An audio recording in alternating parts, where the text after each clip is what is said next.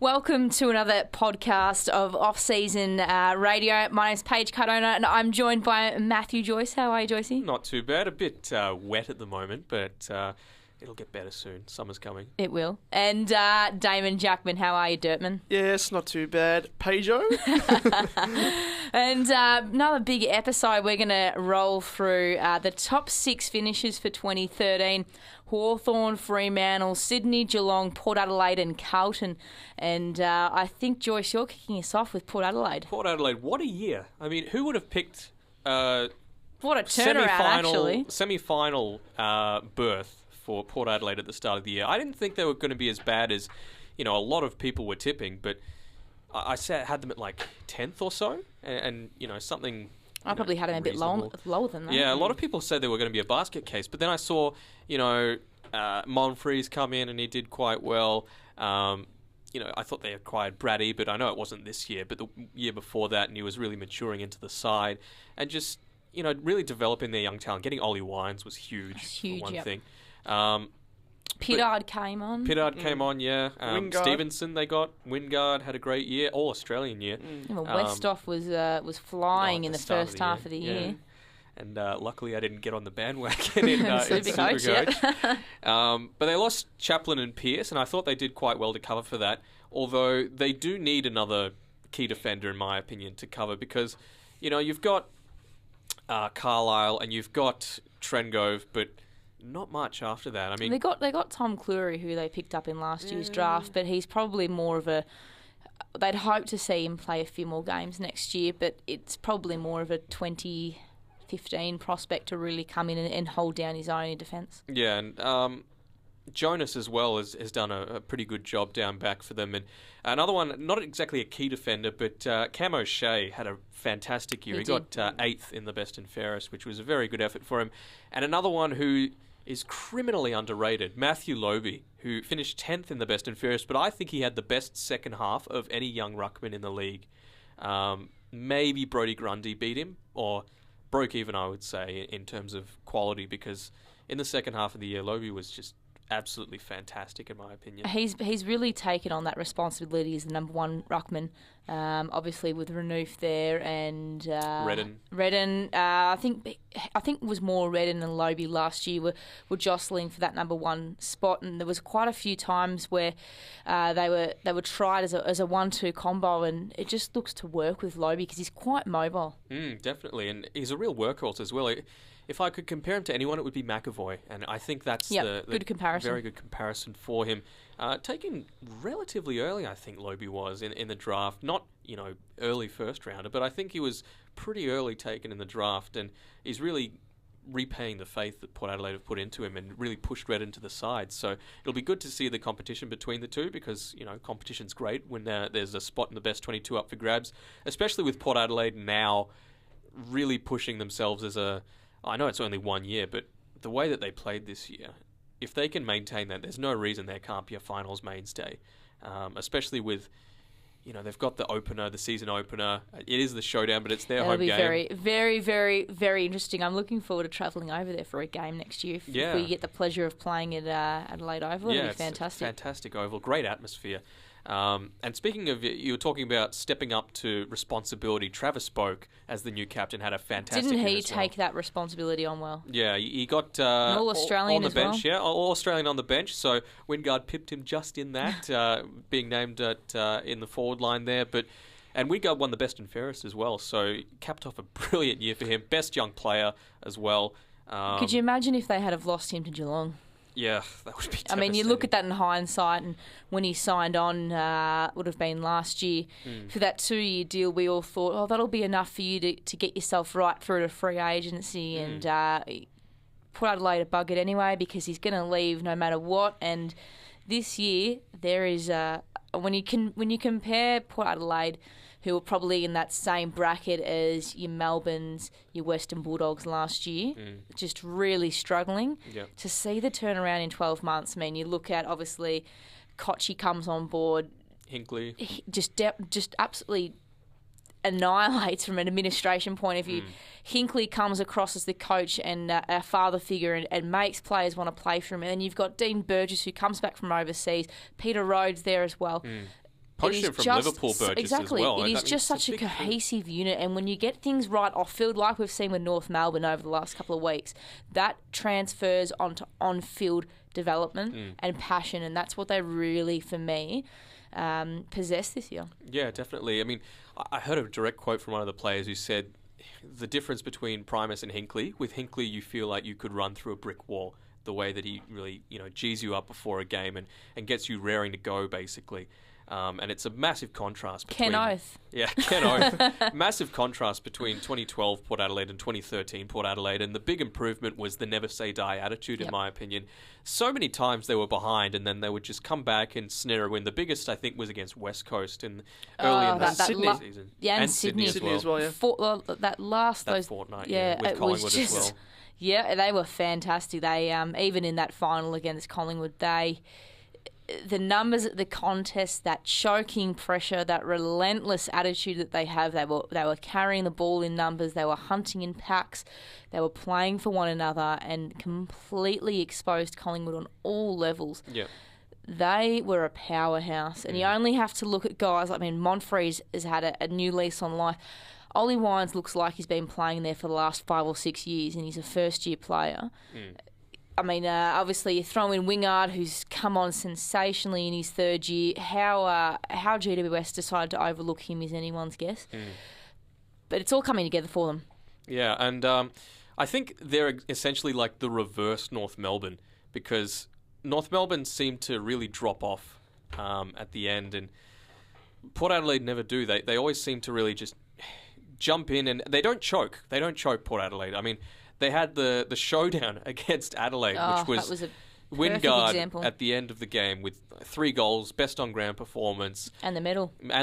And, kicks the ceiling goal. Bit of help with Monfries' ridiculous leg break that he had. But, I think Port Adelaide will definitely push for top 6 next year. I don't think they're quite ready for top 4. And I think because of their finishing, they'll have a much tougher draw this year. That for me is where I will really be able to assess Port as that, because they've gone to the next level. We can't look at Port now as easy beats, and we can't look at them as we look at in the fixture and go, right, we play Port in round 2. Mark that down as a win. You have to give them the full respect now, because they have shown they've jumped up 8 odd places from last year. And going into next year, they pose themselves as a threat. They're very good at home. They've shown that they can travel, and they've shown they can beat the big teams. So not only do they demand respect, but for me, I would really like to see, and now that the way that the fixture is shaped, so depending on finishing position, depending on which band you're in, basically dictates the fixture that you get. And with Port Adelaide, now they've finished in that middle band, they're going to probably be playing more top 4 sides, more sides from last year. At least 2 top 4 sides, exactly. I believe, two top 4 sides twice. They'll play everyone in the top 8 at least once. That, for me, is where we're going to see, because last year they played GWS twice, Gold Coast twice, and Melbourne twice. I think they might have had the Bulldogs twice as well. Especially, I think it was just the start of the year was the real indication. People were like, oh, Port are 5-0. They're going to have a great year. And they did have a great year, but come on, they were beating, GWS, Gold Coast, and Melbourne in their first 3 rounds, which was really indicative of, just how easy probably their the draw way was. they beat them was more That the too. talking point. But for me, going forward, we'll really see what Port Adelaide's medal is next year. And they're still a young team, so I think their weakness this year was sort of getting out-bodied a bit by the opposition. They could get bullied a bit. So with Burgess coming on, they really have developed their aerobic pace so they could run out these games. Their tackling pressure, with John Donoghue, who took up the position there, my old boxing coach, and that tackling pressure was quite... Ollie Wines has gone on the record to say that he always based his game on his tackling pressure, but he didn't know what tackling was until John Donoghue came over. Yeah. And... to think that how highly rated Ollie Wines is, and we know that he is, and then you take in Donoghue's coaching, grappling lessons and the like, what he's been able to do off-field for these boys, he's turned them into men. And one other weakness for them, I still think they're a bit one-dimensional up forward. They've got Jay Schultz, who's done a great job since coming over from Richmond, and they've really helped that a bit with the acquisition of Monfries, but I still think that they need another big key target up there because John Butcher hasn't come on in the way that they would have liked. He's been a bit injured this year. But his kicking's always been a bit shocking. Yeah. That's the thing. And I mean, you've got Mason Shaw. They took him last year. He's really a development prospect. He's going to be someone that's going to take quite a few years to really grow into the role. I'd probably anticipate to see him 2015, 2016 saying to hold down a position. But for now, I mean, Schultz is doing it all by himself, and they'd be hopeful that. I mean, we're probably going to go into this anyway in the what they'd be hoping to look at in the draft. But, you know, if someone like Cameron McCarthy, for example, was hanging around at pick 14, if they kept that pick, I don't think they are, he'd probably be odds-on target to land at Alberton. Yeah, and speaking of that pick 14, it's based around Jared Pollock, the youngster that wants to come home. What an addition he will be. So it does look like they're going to downgrade that pick, probably for 2 picks in the 20s or something like that. It could be. They're going to deal with anyone from either Gold Coast, St Kilda or GWS, it looks like at the moment. I think maybe something like from St Kilda, maybe 19 and 25 for 14, I think might be what's done, and they'll trade one of those for Pollock. Hopefully for them it'll be 25, but who knows. And draft-wise, what will we be looking at? I think they've got a severe lack of key position players in general, but key defenders. I don't rate Carlisle as highly as many people do. Trengove does do a great job. He's got a lot of aggro, especially for... He's very physical. Yeah, he pinch hits in the ruck as well, which is great to see as a, having, 3 around the ground that can do that, a ruckman, a ruck forward and a ruck defender is great to have. But I do think they need some more depth. They've got Justin Westhoff that can go around the ground, but Darcy Gardner, I think, is the one that could go to Port Adelaide if they, keep a pick around 14. I think they'll snare him before, your Geelongs or Sydneys. Yep. But it's looking like they might, have to downgrade that to get Pollock. So I'm not sure about that. So it looks like it'll probably be one of the later rounds that they'll be taking defenders in. So maybe, your Fraser Fort, Alex Pearce as well. They might be after Cameron Giles would be someone. Cam Giles as well, yeah, home boy from South Australia. Yeah, that'd be great to see. And just moving on now to Carlton, what did they finish? 6th? Well, technically they finished 9th, but then, yes, we're catapulted into the top 8. But post-finals, I think we finished, would have been 6th. Would have been? 6th. Yep. And overall, their season they finished with a record of 11 wins, 11 losses. And I think for any other year, they would... probably be pushing for top 8, but such a tight season, I think, probably did deserve to finish 9th, and it was only because of Essendon's stupidity, absolute stupidity, that we were able to take their spot. Stupidity is one word. Yeah. Cheating. Yes, cheating, yes, is another one. Cheating is definitely another. Yeah, it's probably the more appropriate one. But the season overall, you'd have to say that it was rather underwhelming. Without Essendon helping us into the finals, you'd say that it was a major failure. Going into the season, I was looking for, a definite top 8 finish, perhaps pushing towards the top 4. But, for what transpired, I was rather disappointed. Where we made improvements for the season, I think that the player who stood out for me was Troy Menzel. He really came on, and his first season of football is highly rated as a youngster in the TAC Cup, and he was even touted as a top 3 pick potentially, but was held back because of his knee issues. 6 games he's in his first year, and kicked 8 goals. Even had a go in the midfield at times, and showed that he had a fair tank, so he could be pushing towards that spot later in his career. But I think he's the sort of player that I think could really step into Betts' role. I think personally, as a Carlton supporter, he's probably one of the best overhead marks for his size. He's just under 190 centimetres and can play tall or short. So I think he's really something or someone who's added something going forward into next season and beyond. Yeah, he's really like the lanky type, sort of like your Fife and that sort of size that can... He's deceptively good at marking, like your Bartels as well. They tend to be able to do that. Yeah. So he can drift in the middle and up forward. So he's something that's really exciting and something I'm looking forward to personally as a Carlton supporter. Lockie Henderson, Now, he played up forward for a majority of his career up at Brisbane, and when he came down to Carlton, he was moulded into a defender because we did need someone down there to help out Jamison. And it was only until about halfway through the season that when Waite went down, yet again, as he always does, that he was put forward and ended up kicking 20 goals in the last 8 games or so. So I think that was something that was really very positive. Good return. You Very still positive. need more people to help out Jamison. That's the thing. That's exactly right. I mean, Henderson, he is valuable up forward and down back, and if he's up forward, who we've got to Where's to his fill in best down position? back?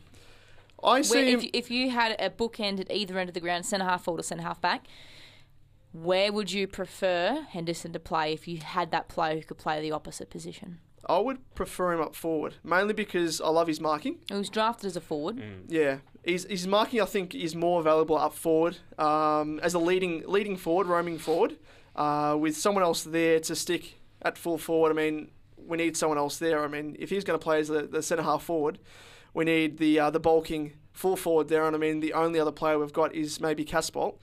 He's got that size, but I don't think he's up to it personally. He's kicking even from like within the square. It's a bit shaky. It's a bit still doubt Travis it. Cloak-like, I'd probably. But it's really quite funny to say that because we were really sort of led to believe, probably the last 18 months, that this Casbolt kid was going to be really something special, great form in the VFL.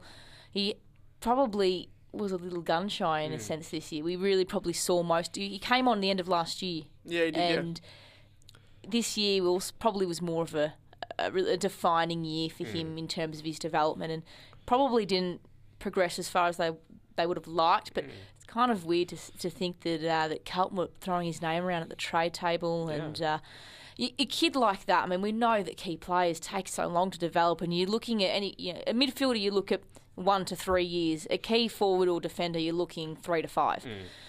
And how many? He's been on the list for 2 years as a rookie. Yeah, he was drafted as a rookie and spent most of his time in the VFL and really only got a look in last year.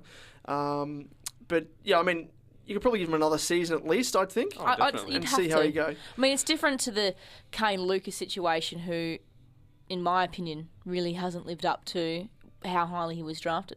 And it was pick 9, wasn't it? Yeah, it was pick 9, yeah. And whereas Casbolt, I've got more patience to give him than I would say a Kane Lucas who came as a top 10 marking pick. machine. So Exactly, he's a fantastic mark. So just handball it off to Yaron so he can be selfish. Handball it off in the goal square for a guaranteed goal. Just get out of the hands of Casbolt until he can amend his kicking. And looking at where Carlton struggled this season, I think the biggest thing was we lost to probably our biggest rivals in your mob, Paige, Collingwood twice, and Essendon Just twice. quietly fist pumping here. And lost to St Kilda this year. Yes, that wasn't surprising. I mean, going into St Kilda But games... you've got a bit of a bogey against St Kilda, haven't you? We do. I don't know what it is. It's kind of like Richmond and Hawthorn, I guess. You guys match up against them quite Richmond well. and I mean, Carlton. Goddamn. Opposite, we can't beat Hawthorn to save ourselves. But yeah, I think that was, as a supporter, probably the most painful, especially Essendon. Both games, they came from behind, and I don't think anybody likes losing to Essendon. I think that's about the general consensus. And especially the second game as well. I mean, they were mentally shot, and that should have been penciled in as a Prime. win. That you had them on their knees. Yeah, and wasn't able to do so. But Well, speaking of your rivals, you've got, I think with a fixture next year, you've got Collingwood twice, you've got Essendon twice, you've got Richmond once. And that's not good enough, AFL. It isn't good enough. I'm not a fan of it. I don't like it. I think that when you look at the way that Carlton are edging closer, Richmond have really come on this year. Collingwood are always there, and you've got Essendon who are just going to draw a lot of controversy no matter where they go. They've become the new Collingwood overnight, essentially, in that respect. It's almost an abomination that you look at the big four and that they're not all playing each other twice. I don't agree with it. I don't like Collingwood it twice either. Exactly. It's only Essendon. Sorry to derail this with Richmond. No, go ahead. It's not right. When you're talking from a broadcasting perspective, and the AFL bang on about obviously blockbuster games and TV deals and MCG crowds cracking 80,000 plus, to think that Richmond only get Collingwood and Carlton once is a bit. It's disappointing for Collingwood. One more Richmond thing, and then I promise that's it. If they don't make top 4, I'm going to be very disappointed because the only top 8 team from 2013 that they play twice is Sydney. That's it. Who's that? Sydney. No, who's the Richmond. Richmond only plays Sydney. Are you telling twice. me you want you're telling me Richmond are going to finish top 4? I think they should, Based on the fixturing. based on the fixturing. Yeah. I think they'd be happy to break even at finish 6th again or 5th. Was it 5th you finished? Yeah. 5th. Yeah. Well, 5th now would we're be 7th because of losing against Oh, Carlton whatever. in the elimination final. Yeah. Anyway, go back Anyway, to how back to Carlton's Carlton. bad this year. Yes. Let's go through the rest of the bad parts of Carlton's season. The other thing that we spoke of Waite before, of course, going down, and he's always inconsistent, and he has the brain fades, the odd brain fade now and Oh, again, yeah. probably every second game. Oh, we know well and truly about those. So we can't rely on him. We need a few key forwards coming through, and unfortunately we don't have any or have many at the development stage to really step into his role.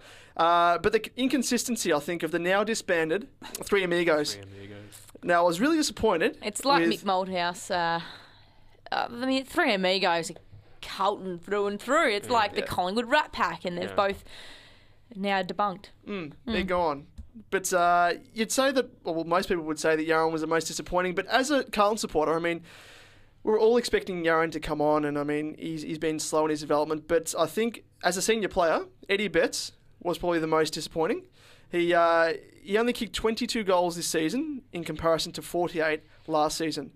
So his output was quite down. And considering that he was asking for how much money he was, it was a good decision for us to let him walk to Adelaide, even though he wanted to go back to his home state. Yeah.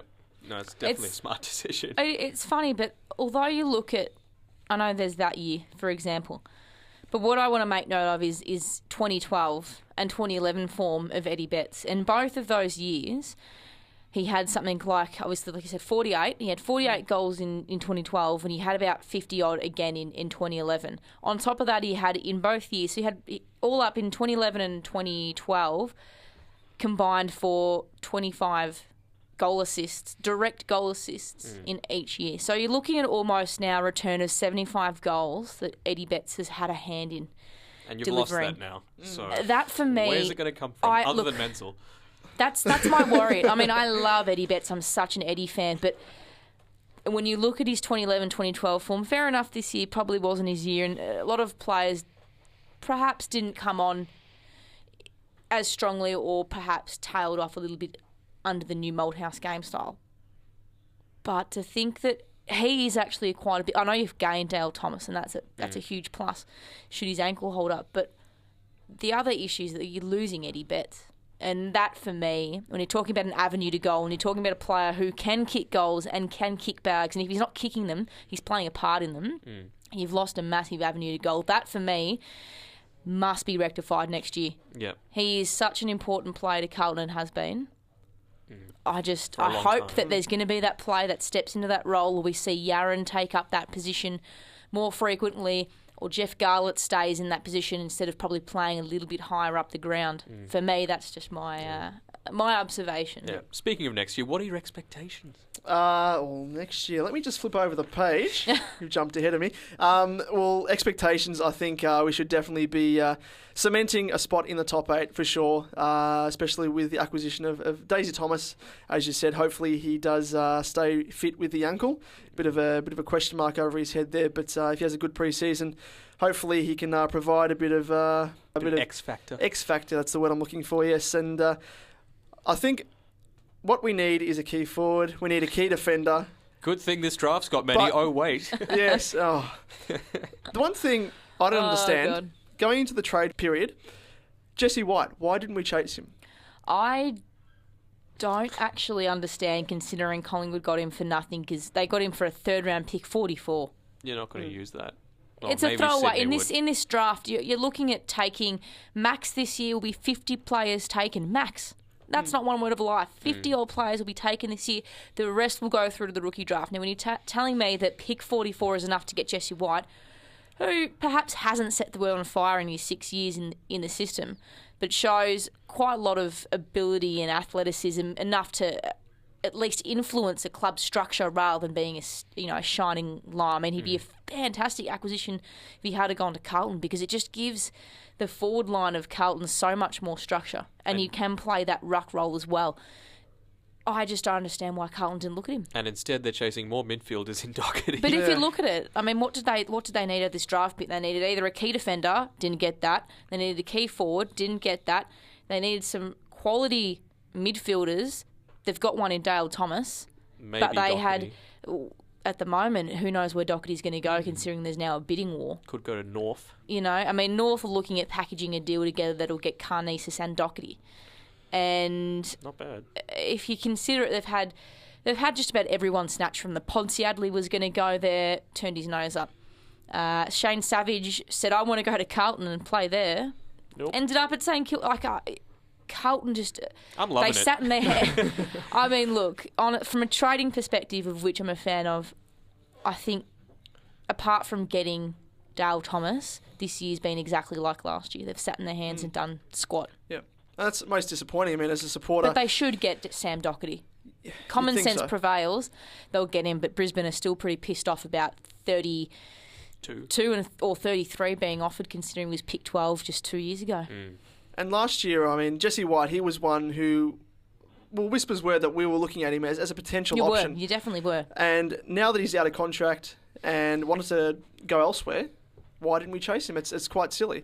And he lost Hampson as well, so surely he would fill the void that's being... But it's not like there's really a key forward or that's really coming. I mean, I guess, where do you put McInnes? Where do you put him? Is he a... Well, he's a defender, yeah. He's more of a defender. Watson, defender. Watson, defender. I'm trying to think of their key tools. Well, they've delisted Rowe? Luke Mitchell. Luke Mitchell was probably the exactly. one that was coming through that showed the most promise and, of course, had the shoulder Rowe's there reconstructions as well, but I don't see him as a linchpin in that forward line. I see him as a part-timer who rolls through the ruck. I see him as more of a third key tool. Yep. Not a half forward, definitely not a full forward. I don't think he's got the talent to really cement his spot as a centre-half forward. But that's one thing for me, is that looking at Carlton... Fev's the last actual forward that Carlton's had. They all seem to be these near 200 centimetre guys that are forced to play in the forward line because you've got no one else. You've never drafted a 193 centimetre forward who's gotten consistent game time and just stayed there. That could change if they use pick 14 on Cameron McCarthy. I know I've brought him up the second time now. But he's a gun. Yeah. He's the an type. absolute That's the type gun. that Carlton haven't drafted and given games to. I think from a drafting perspective, when you look at the fact that Carlton are pretty flush for key defenders coming on, they're pretty flush for defenders in general. I mean, Tom Tomei should really make an influence next year coming off that half-back line, rotating through the midfield. The midfield itself, there's great depth. There really is. But it's up forward. Yeah. And if they can... Cameron McCarthy, and we've got pick 14? 13. 13, there you go, 13.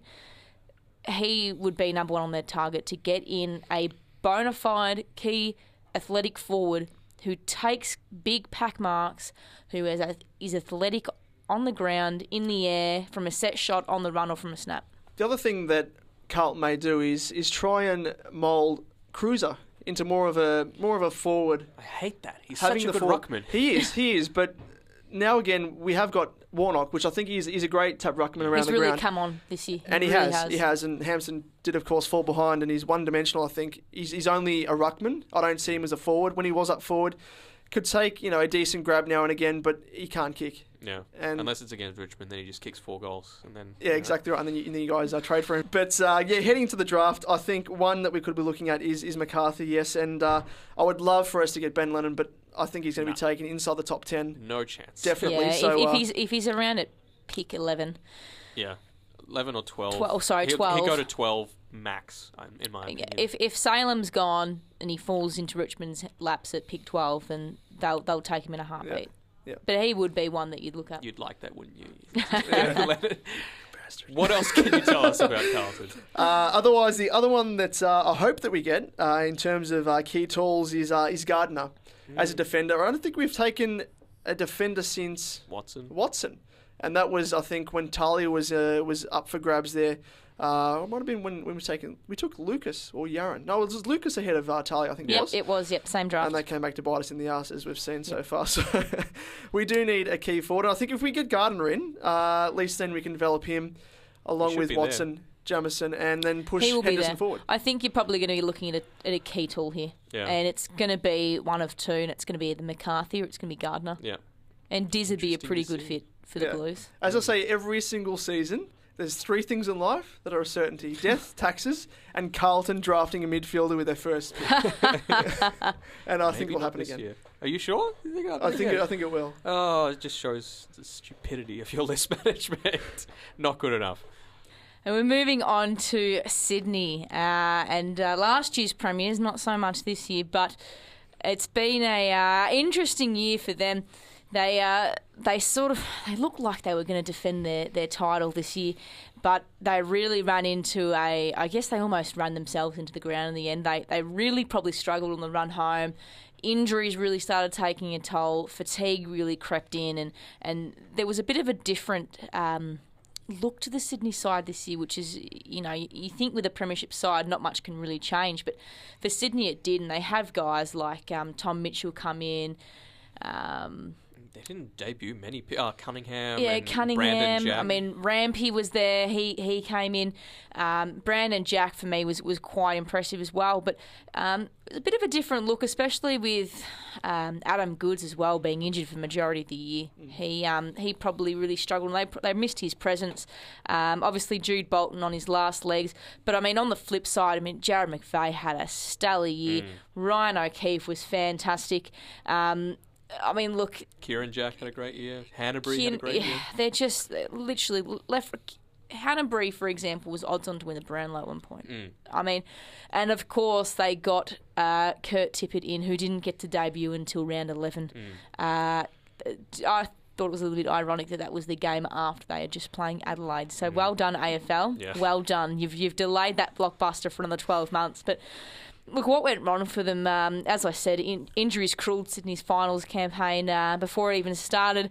Obviously, LRT went down, Jetta was down, Goods was down, Sam Reid, he basically didn't even play the year. He had a terrible year in terms of injuries, and that in the end was probably really telling. You saw them against Hawthorn in the first final, and they struggled. They were steamrolled, but it was, Kieran Jack won their best and fairest. Dan Hanbury was up there. When you're looking at this young brigade, and even Josh Kennedy was probably down. Probably down in the sense that we saw McVeigh move on to a half-back flank rather than his traditional position in that centre square. I think JPK got more attention this year. I think it's the Tom Mitchell effect. I talked about this we during did on the year. SuperCoach Paige show. I think it's an array of things, but last year they were so reliant on JPK extracting that ball, moving the ball, obviously gaining those high possessions, but he was quite inconsistent. But on the flip side, you see the development of Hanbury and Mitchell and Jack and those guys, and that luxury of pushing McVeigh to a half-back flank was just absolute genius. But looking at their list, they've got some seriously big elite players. Tippett, Goods, Kennedy, Hanbury, Jack. Rampy really came on well. Rampy was probably one of the bigger improvers, but although Hanbury still classed him an elite, he came from the clouds. He had a really good grand final in 2012, and that was probably the catalyst to this year. But looking at that, Mike Pike, wowee. To quote one B. Taylor, boy, oh boy, wowee.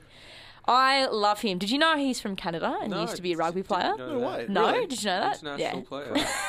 Anyway, that's been overused a fair bit. But I really loved his work this year. Mumford, exactly. I think that combination of him playing, we saw more of him up forward this year, but even when he was in the ruck, I thought he was rucking better and holding his own more than Mumford.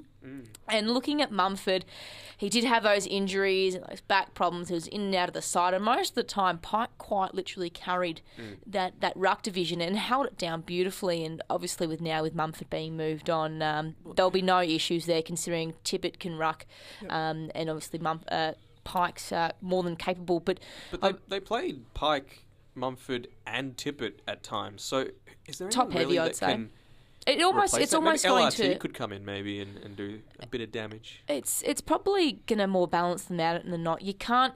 Pike selects himself. Mumford you have to play, and then you've got Tippett up there, And obviously, can you imagine if they had Sam Reid too at the same time? And now they've They're got Buddy so as well. top heavy. So you'll see now Pike will become that official number one ruck. To be quite honest, it's almost a luxury that Mumford was surplus. It's what they I think with Pike, it'd be good to see him and, as you say, Tippett working in tandem. I think both of those players can rotate positions, exact same positions. Exactly. So when one's needs a bit of a rest, move him up forward and the one into the ruck. And obviously the career came to an end for Jude Bolton. My goodness, what an absolute champion. He will be absolutely sorely missed. I don't think I've ever heard a person say one negative thing about him. Tackling machine as well. He's had more tackles than any other player. He's rated higher from a stat that I can remember from the top of my head. He has had more contested possessions, clearances, tackles, and pressure acts than any other player in their competition since I think they started those stats in the late 90s, early 2000s. So he's an absolute machine, has been for a long time. But obviously Mitch Morton, look, I tell you what. Premiership player, and played a very, very good role in that 2012 grand final.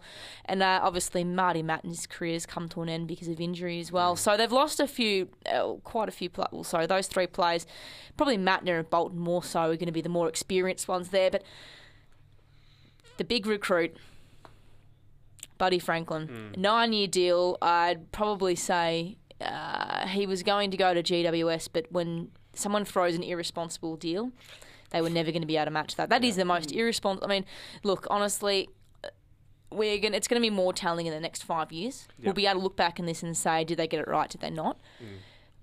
Because this has a serious implication effect on them going forward. Not only are they required to keep his salary, and it's not like they're front-ending his contract to $3 or $4 million this year and then weaning it out to like $50K in his final year. You know, it's all weird when they say the last year he's only on $1 million. Exactly. Yeah. And that was exactly the point I was going to get to. So when you look at that, look, there's more than enough Sydney players we're not going to mention that are still there that are very pissed off about this. And the worst thing for them as well is that a lot of them earlier on in the year had this wasn't really publicised, but earlier on in the year their contracts were rewritten and they basically drafted up new contracts. Players were required, the majority of players were required to take a pay cut in order to fill in with the salary cap. And then 6 months later, Buddy Franklin rocks up on a $9 million deal, and rocks the apple cart. But I think the turn of events here will be either. You look at the best 22, they're going to embrace him because if you add Buddy to any side, instantly it's a better side. You were always a better side for having Buddy Franklin in it. But when you look at what's happening now internally, there's a lot of players that aren't happy about it. They're losing money while some blokes coming over for more, coming across on the biggest contract, on the biggest money we've ever seen. And you've already seen the effects of it. I mean, Mumford's left, White's left, Lamb's left. So it's going to keep going. It's going to be a snowball effect, in my opinion. It's one of those things. I mean, whether or not it rocks the Bloods culture, which is where this is going to really surface at, I don't think it's more the culture or anything like that, but I think what might affect it now is the loyalty. I think now you're going to see a lot of players. I mean, I love the Swans. I'm a big rat for them, but what I fear for them is that this money... Other players, look at Mitchell's going to be very good. Hannabury's going to be very good. When throw in Jack, who else we got? Kennedy even. I mean, Hawthorn might want to pry him back. Exactly. I mean, these guys are going to want to demand more money sooner than later. And they're not going to be able to because of the money designated. And when the cost of living allowance goes, well, then it becomes even more scarce. And that's the problem. But they really, really, really need to be able to structure themselves now. I think going forward here, and they've lost, to their credit, majority of players they've lost so far aren't in their best 22. I mean, Jesse White was because Sam Reid went down and Tippett was injured as well and then suspended. So he played a role this year, Jesse White. But when you've got Buddy in that forward line and Pike and Tippett rotating through there, you don't really need him. And you've got Sam Reid. He's surplus. So you lose him, that's okay. But Mumford's probably a big loss. Lamb's probably a massive loss, although he's not best 22. And trying to break into that side was always going to be a difficulty. But and considering they're going to have guys like LRT come back in, Lewis Jetta come back in, Adam Goods come back in, Sam Reid come back in, players are being pushed out, so all of a sudden you've got this surplus of players that... Even Reece Shaw, the forgotten man. Exactly. Like, they're just not needed anymore. And for me, they've been able to secure the talent that they want, and they've let go of players that probably aren't going to be that much of a need to them going forward. And speaking about going forward, with the do you think you'll see any more trades from Sydney or anything like that? Apart from probably the Lamb deal, maybe facilitating a few more, maybe like upgrading their picks somewhere. I think it's probably safe to say that might happen. I don't think Sydney really have. They've also got to cut some players too, and they're in a bit of a porky situation. But I mean, Tony Armstrong not back going to Collingwood when he was happy to go there. And then, he moved his stuff to Melbourne, went on the Aussie trip thinking by the time he'd get back he'd be a Collingwood player. While he was over there, decided, no, I want to stay with the Swans. And now the Swans have said, sorry, mate, we're going to have to delist you. And now he's going to come back a delisted player. And surely someone will pick him up. I think so. Look, Collingwood might still get him. They might get him in the draft as a throwaway pick in the 80s or 90s or something like that. I was surprised that GWS actually didn't do the dirty on Sydney and just say to Mumford, hey, just walk into the preseason draft and we'll pick you up with the first pick. Because they did steal Buddy from underneath their nose, and it was quite a dirty thing, I think Sydney did. Because GWS, throughout the entire season, were, talking to Franklin, and everyone knew that he was going to go there, but eventually didn't happen. The thing for me is that GWS, I've maintained the fact all along that GWS have been a bit too on the front foot to reveal their hand so quickly. They did it with Mumford. We're getting Mumford. They cracked the shits about Buddy and made that pretty well known with the G-Man signing on for 9 years, and they've been again GWS. Oh, we're going to get Heath Shaw. We're going to get Jed Lamb. Sorry. Look at these things they're doing. They're showing their hand. That for me, it's not smart trading, and you can't do that. I mean, look at Dom Tyson. We just found out today that last week he was speaking to Melbourne. No one else knew about that. Yeah. It's just Sydney. It's just GWS. Probably not going playing the wrong way about it. Exactly. And with Sydney, a lot of players, I think and this is good for the competition, at least a lot of those Sydney players who have set up their lives in Sydney and have got houses, properties, wives, girlfriends, partners, so on and so forth, investments and stuff in New South Wales, have that option to go over to GWS. And I think it's more of a goodwill, because somewhere down the line, one club's going to screw another again. And it's either take the throwaway pick, take a third, fourth, fifth round pick for this player, otherwise he's coming to us for free. What do you want to do? Yeah. And, they've got Franklin, but they've still got to do some picks in the draft. Who do you think Sydney will be targeting in that? For me, I really think for Sydney at the moment, what they lack is elite defenders coming through. Now they've got Harry Marsh, who's the brother of this year's other Marsh brother, Jonathan. Now, Harry's someone who's probably more of a development, and he'll come on in the next couple of years. But when you're talking about immediate impact and someone who you can play, Darcy Gardner from the Geelong Falcons, I think, for me, is someone that they will look at, because they've got a lot of good mids coming through. Their rookie list is full of mids. They've got a lot of young midfielders that are pushing through. Inside, outside, they've got it covered. Across half forward, across half back. But what they need... Look, Matner's retired now. How long is Richards going to go on for? This is what you've got to look at now. And for me, Darcy Gardner complements the youth that they've got. So by the time that Darcy Gardner is really starting to push, when he's 23, 24, you're looking at guys like, obviously, your Tom Mitchells, even Dean Towers, we didn't see too much of this year, Leroy Jetta. All of a sudden, it's that next generation who are all going to be in that 21 to 25-year-old gap. Darcy Gardner just fits the bill. I can't see them going for another midfielder. They don't need forwards. Maybe their later picks, they could go for a midfielder, but... I'd say for reinforcement reasons, but I can't... They're really flush across every position, to their credit as well. Yeah. I just don't see them going to the draft and taking a gun midfielder. Do you think they need a small forward? They can play Lewis Jetta there. I think for now they probably would after his injury, but I don't think he's really a bona fide small forward. He came on as a midfielder winger. Yeah, he's a winger. They might look at someone like that. I mean, a J. Kennedy Harris for mine, someone who's been, I would think would be a perfect fit for them. Probably be taken as a second to third round pick as well. So another Indigenous boy, captain of the Oakley Chargers, terrific character, great presence on the field, and he's quite versatile in the way that he plays. And although he hasn't got, first round, written all over him, he's still such a quality player, and someone like that, he's probably a bit of a gem that you'd probably work on a little bit, and that's probably someone they would look at as small forward. And just quickly, the other person, I just had a look through the list, other player that we've forgotten is Gary Rowan. Oh, yeah.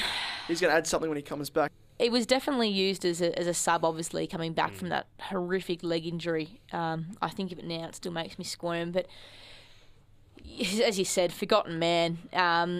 He just adds a different dimension to the Sydney side. And what I love about him is that he's a two-way runner. He's got incredible endurance, but he's also got the speed to match. And that number six was 6 or 7? In 7, the draft, I think it was. or what he wears? No, 7. 7. I think it was pick 7. No, it was pick 6, definitely. Was he? Yeah. Okay. I'm positive. Obviously, highly rated, country boy. He will come on next year. And he really will. People say, put Jetta or Rowan in the forward line. They're so wasted there because Jetta's got this mammoth kick and these gazelle-like strides. I know. And Rowan's basically the opposite. He's like a cheetah. He just, speeds off. So maybe Rowan would be a bit more suited to the forward line. I think he'd probably start off a half forward, possibly a pocket. We know he's capable of playing that mid forward role. Yep. But it'll be, look, for his sake, I really hope he has a great year. He deserves it. Definitely.